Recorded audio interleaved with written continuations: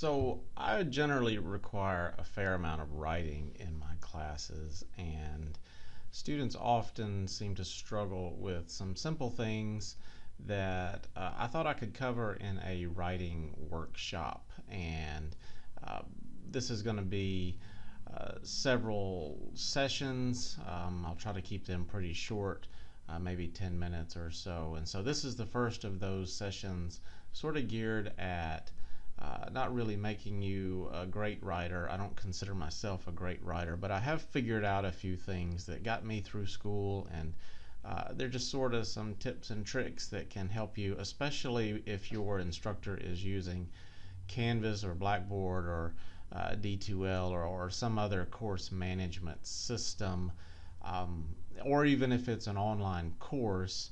There are some things and some tricks that we can do that make life a little bit simpler and maybe make writing not so stressful, because it seems that seems to be a major stressor for students who do not have a whole lot of experience writing, or maybe do not like to write. Um, and I guess that's probably the first tip. I'm not trying to make a lover of writing out of you. Some people love it, and for them, these things come naturally, and you could probably just, if you love writing, you could probably just skip this whole series. For the rest of us who are not crazy about it but are required to do so, these sessions should hopefully help you get through writing projects with a lot less stress. And so let's get started. I don't want to give you a whole lot of PowerPoint. I just have two slides, and you're looking at the first one. The next one is not going. So this is what I want to talk to you about today.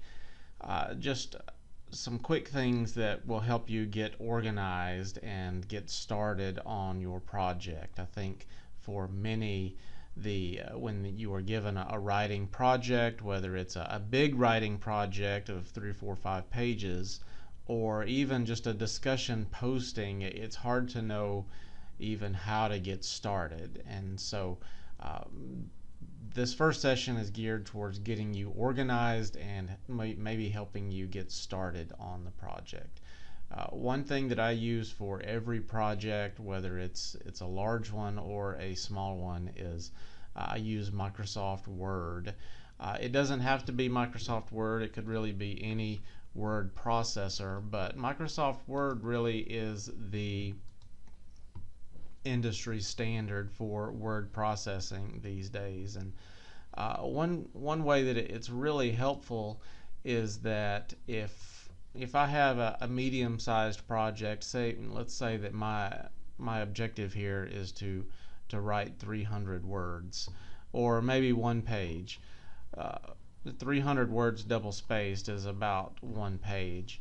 And so if I'm to provide a one page discussion or something, then I always go to Microsoft Word to do that, instead of trying to type that directly into Canvas or Blackboard or whatever it is. There's a lot of benefits to that. The one big one is that if you're typing in Canvas and the power blinks or whatever, you've lost all that work.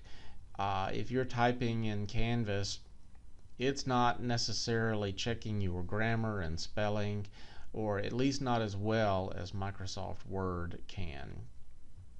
Microsoft Word gives you a bigger window here to look at, and the big thing also is that it's counting your words. And so if we're in Microsoft Word, and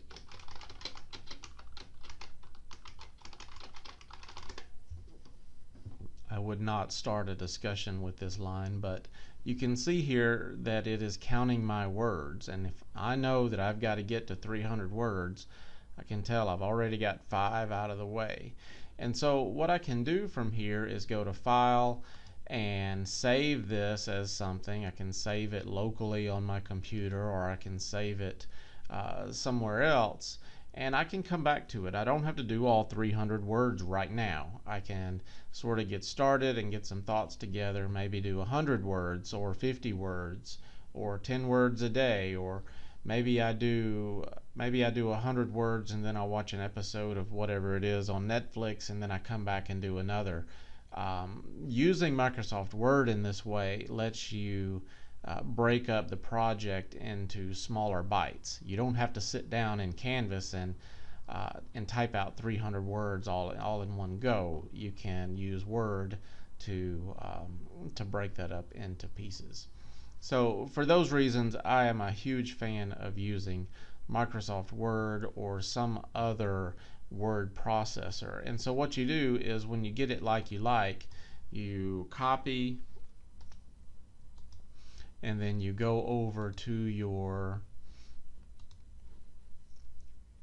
project, whatever it is, and I'm an instructor in these classes, and so I don't have the student access, but you go and you copy and you paste into the submission window, and then you send it. Now sometimes you are to upload a file instead of typing, and so in those cases you have to use Microsoft Word. You go to File, always save as a PDF, but save a copy of the Word file locally. You may need to come back to that. I use Google Docs because I can get to it from anywhere. With a Google account you get 15 gig of free storage, and so I use that to keep up with every assignment, every discussion from every class I've ever done, and that's really helpful if I need to go back to that for whatever reason. So now that we're organized, we're using Microsoft Word, we figured out how to use Google Docs, we need to objectify the project, and that really just means that we need to look at the project itself. It's easy to get overwhelmed when you are given a writing project. What does that even mean? What you have to do is read your instructions. What is the instructor actually asking me to do? What am I going to be graded on here? How many pages? Is there a word count?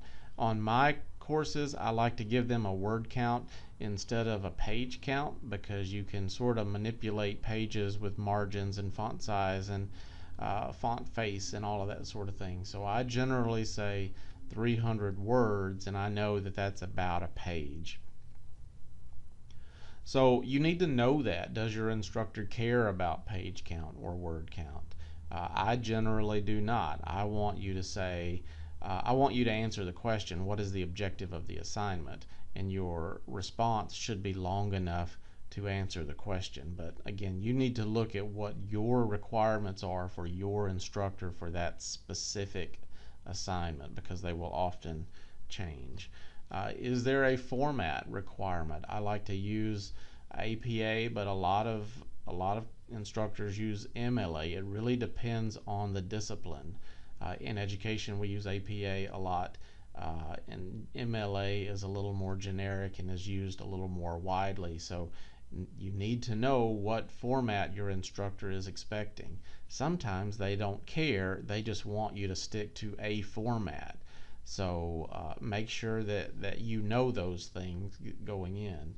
Are you to use outside sources? How many of them and what type? Are internet sources okay? Do you have a textbook? Are you supposed to use that? Are you supposed to use something else? You need to know all of those things. What is actually being graded for this assignment?